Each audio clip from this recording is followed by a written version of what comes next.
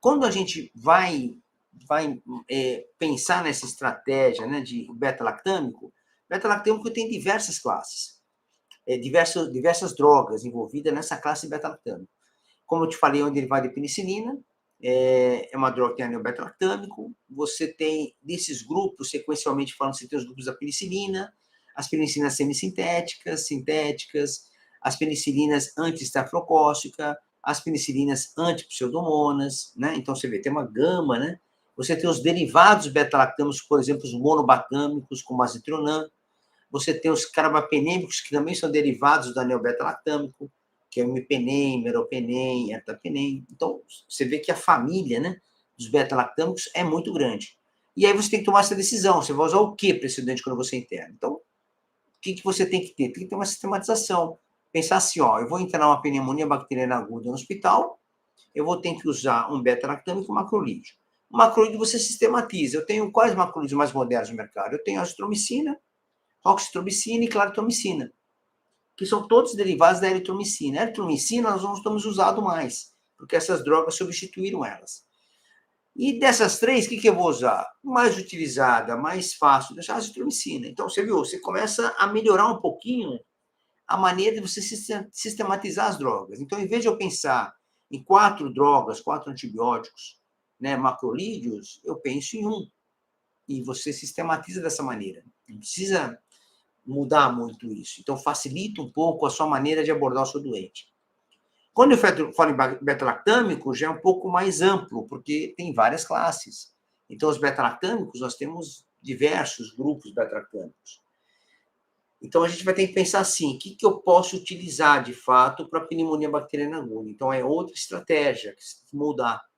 Então, se eu vou usar um derivado de penicilina, por exemplo, amoxicilina, que é uma opção interessante, para uma pneumonia mais moderada e grave, eu tenho que pensar que eu posso ter, entre os agentes infecciosos, que o mais comum é o Streptococcus pneumoniae, o pneumococcus, que não tem muito problema de resistência para infecção pulmonar.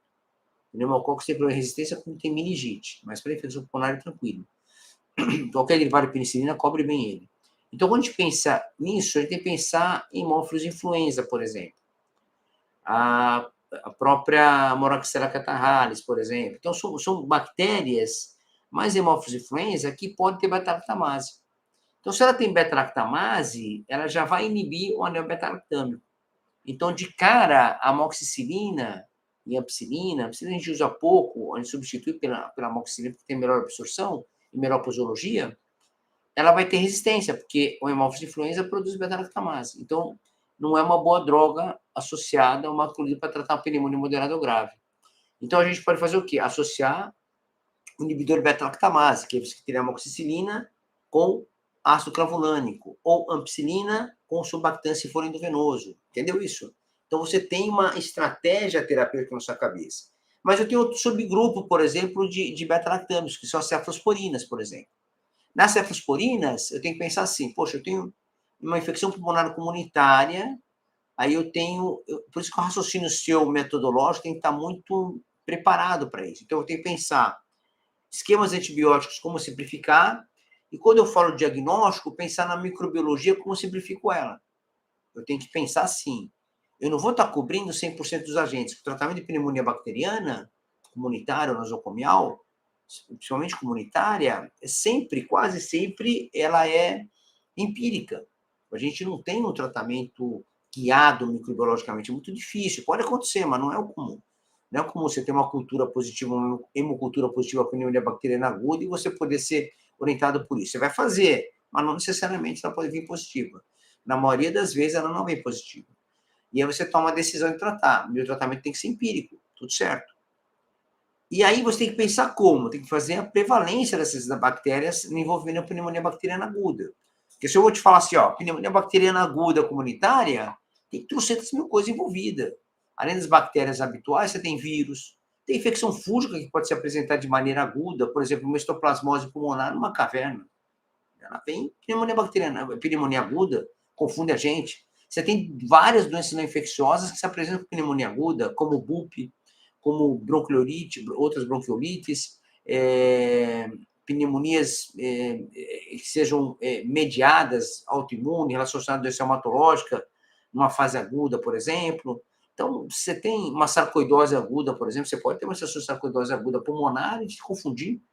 Então, você tem uma gama de problemas que pode gerar confusão para a gente, né? Então, como é que a gente tem que pensar? Tem que associar o raciocínio seu, pensar no conjunto de bactéria e fazer uma regrinha, que é uma regrinha muito conhecida na administração, tal, que chama de regra de Pareto, né?